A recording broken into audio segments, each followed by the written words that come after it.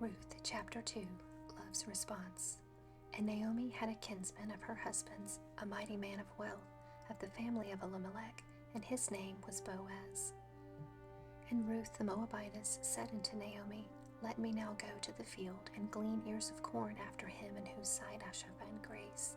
And she said unto her, Go, my daughter. And she went and came and gleaned in the field after the reapers.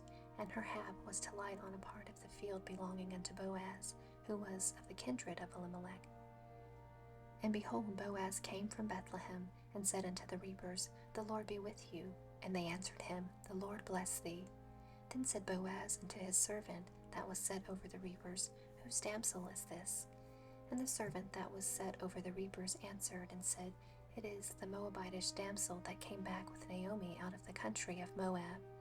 And she said, I pray you, let me glean and gather after the reapers among the sheaves.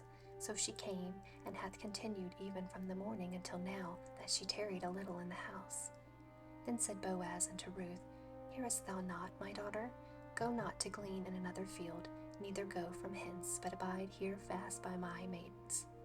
Let thine eyes be on the field that they do reap, and go thou after them. Have I not charged the young men that they shall not touch thee? And when thou art athirst, go into the vessels, and drink of that which the young men have drawn. Then she fell on her face, and bowed herself to the ground, and said unto him, Why have I found grace in thine eyes, that thou shouldest take knowledge of me, seeing I am a stranger? And Boaz answered and said unto her, It hath fully been shown me all that thou hast done unto thy mother-in-law since the death of thine husband, and how thou hast left thy father and thy mother, in the land of thy nativity, and art come into a people which thou knowest not heretofore. The Lord recompense thy work, and a full reward be given thee of the Lord God of Israel, under whose wings thou art come to trust.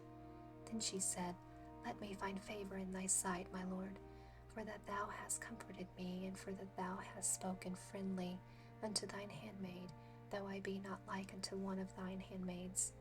And Boaz said unto her, At mealtime come thou hither, and eat of the bread, and dip thy morsel in the vinegar. And she sat beside the reapers, and he reached her parched corn, and she did eat, and was sufficed, and left. And when she was risen up to glean, Boaz commanded his young men, saying, Let her glean even among the sheaves, and reproach her not. And let fall also some of the handfuls of purpose for her, and leave them, that she may glean them, and rebuke her not. So she gleaned in the field until even, and beat out that she had gleaned, and it was about an ephah of barley. And she took it up, and went into the city, and her mother-in-law saw what she had gleaned, and she brought forth and gave to her that she had reserved after she was sufficed. And her mother-in-law said unto her, Where hast thou gleaned today? And where wroughtest thou? Blessed be he that did take knowledge of thee. And she showed her mother-in-law with whom she had wrought, and said, The man's name with whom I wrought today is Boaz. And Naomi said unto her daughter-in-law, Blessed be he of the Lord, who hath not left off his kindness to the living and to the dead. And Naomi said unto her, The man is near of kin unto us, and one of our next kinsmen. And Ruth the Moabitess said, He said unto me also, Thou shalt keep fast by my young men until they have ended all my harvest. And Naomi said unto Ruth her daughter-in-law, It is good, my daughter, that thou go out with this maidens, that they meet thee not in any other field. So she kept fast by the maidens of Boaz, to glean unto the end of barley harvest and of wheat harvest, and dwelt with her mother-in-law.